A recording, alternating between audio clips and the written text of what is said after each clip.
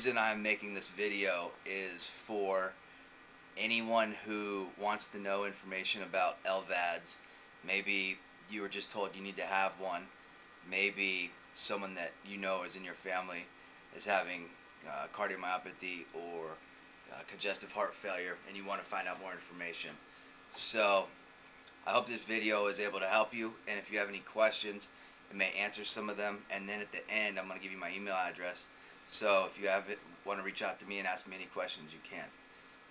Today's date is May 29th, 2010.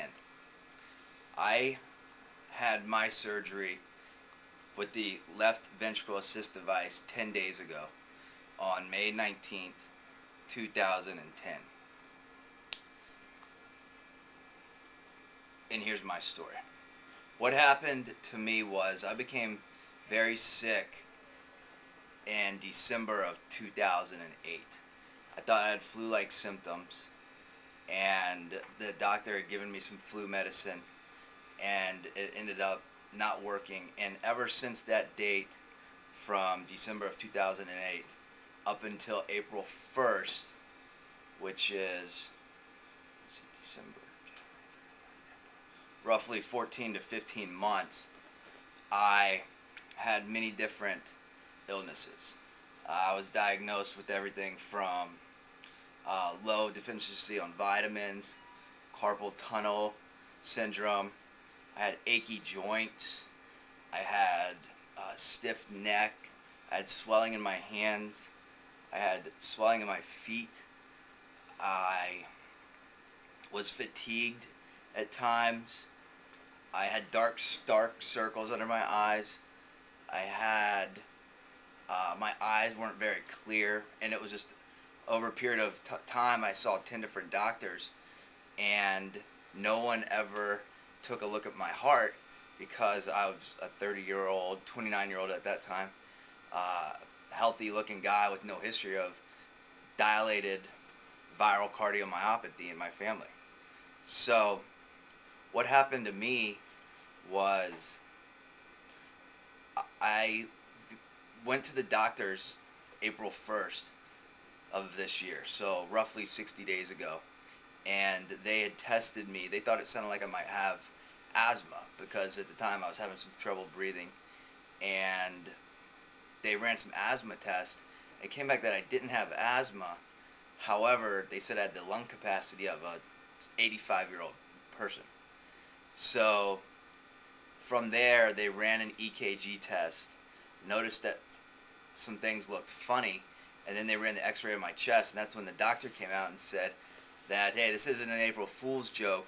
You have congestive heart failure and cardiomyopathy, where I went directly to the hospital, and I was admitted for about a week, and the doctor said, hey, look, we think you're going to get better in 6 months when you take this list of medications here.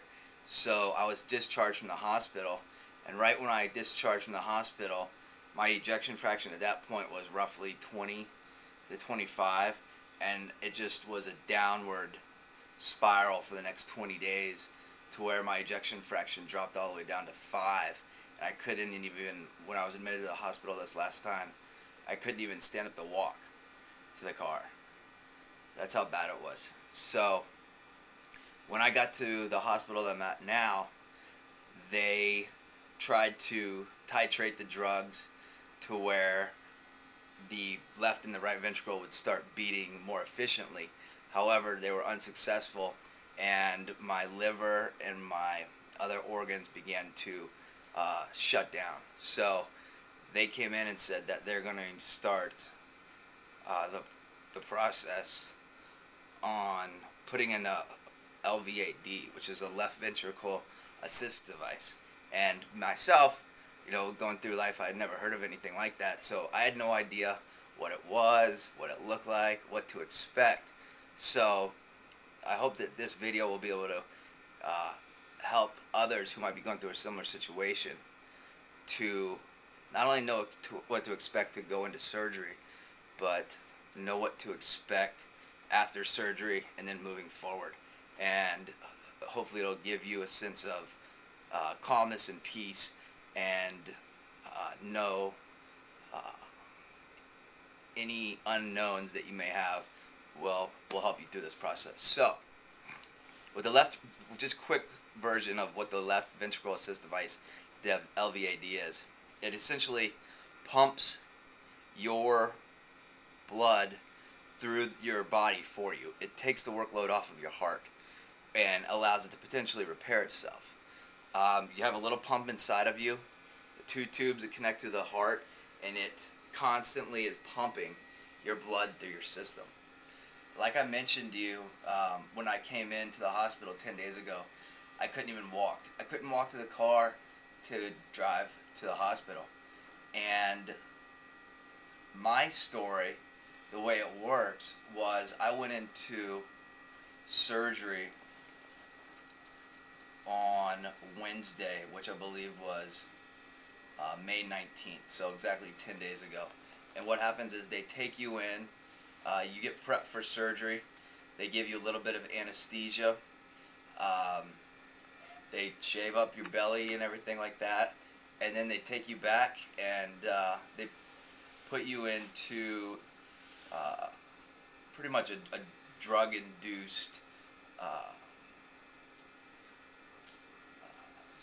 state to where you're completely out. They then hook you up to a bypass machine, so all of your blood is pumping for the surgery, and that allows the surgeons to go in and hook up the device. My surgery only took the surgeons 3 hours to complete. They plug the two holes, they take biopsies of the heart. Those are sent off for testing. Once the surgery was complete on Wednesday, I went in around 10 or 11. I was out of surgery around 2 or 3. And then I was put directly into an intensive care unit for the next 6 days. I was in my I was in the drug-induced coma, I guess, for lack of better words, for about 40 hours. And then I remember immediately waking up on Thursday at 9 p.m. just wondering, what had happened, if everything had gone well. And the main thing you're going to notice when you wake up is how thirsty you are. So thirsty, because you haven't been able to drink or anything. And then my situation was I had a little bit of extra fluid, so I could swish some water around in my mouth, but they wouldn't let me swallow the water. So I think really when I woke up, that was kind of like the toughest part of it, was not being able to drink any water. Your mouth gets just so dry.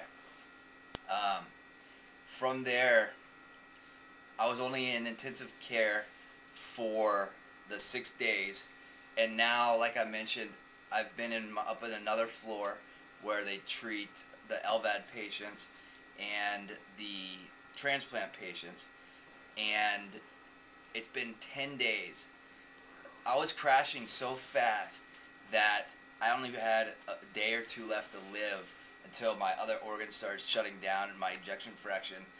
There's once it gets to 5, there's really nowhere else for it to go. So 10 days ago, I was borderline flirting with death, and now I have in my LVAD. This is what it looks like 10 days after surgery. There's no staples. All it is glued to here. That's it. These will be removed when I leave the hospital.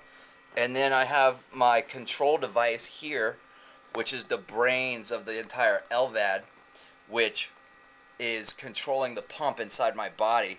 And then I have one tube going inside, and that's it. So it's a very simple process. The pain's minimal. The doctors are doing a great job of controlling that. I'm able to eat on my own. I'm able to get up and walk around the hospital floor. We're doing exercises. 10 days after surgery, this is what you're going to be able to do.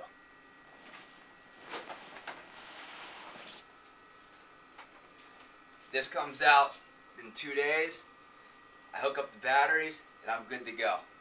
That's it. LVAD surgery. It'll save your life if you need it. It'll be a bridge to transplant if you need it. It's the best thing ever. If you have any questions for me, you can shoot me an email